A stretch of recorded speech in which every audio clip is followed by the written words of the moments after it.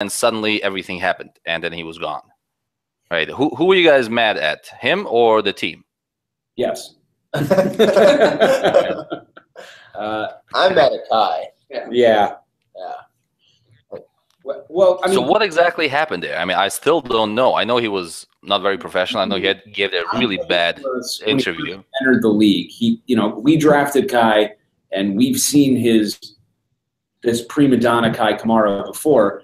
And when he came back to Columbus, at the end of 14 and started playing beginning of 15, it was kind of one of these weird dreams where we're like, oh, he's grown up now and he's a good teammate and he's not going to melt down at all ever.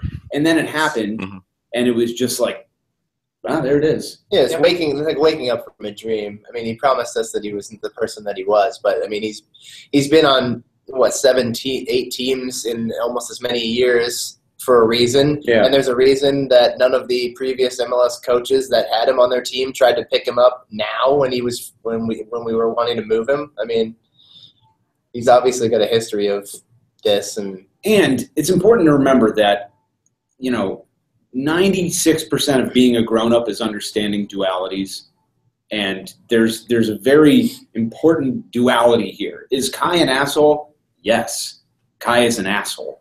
The things that he said to the press, the way that he handled himself outwardly in the entire 3 days surrounding penalty kick gate or whatever they're calling it was unacceptable from a professional level. Or professional perspective, you can't do that. However, the flip side of the coin is Kai Kamara is a wonderful human being. He built schools in his native Sierra Leone. He was the MLS Humanitarian of the Year last year. He did a lot of great things for Columbus while he was here. He's funny. The people love him. He's a great guy, but he's also an asshole. And the asshole, Kai, that side of the coin, is what caused him to the asshole side of the scale took over, and it was too much. It took over, and it affected the rest of the locker room as well. And it happened quickly. I mean, it just came out of nowhere, like I said. I turned around, and this whole thing went down. It seemed like in a couple of weeks. Yeah. I think what that did, though, is it apparently exposed a lot of long-running issues that we hadn't heard about.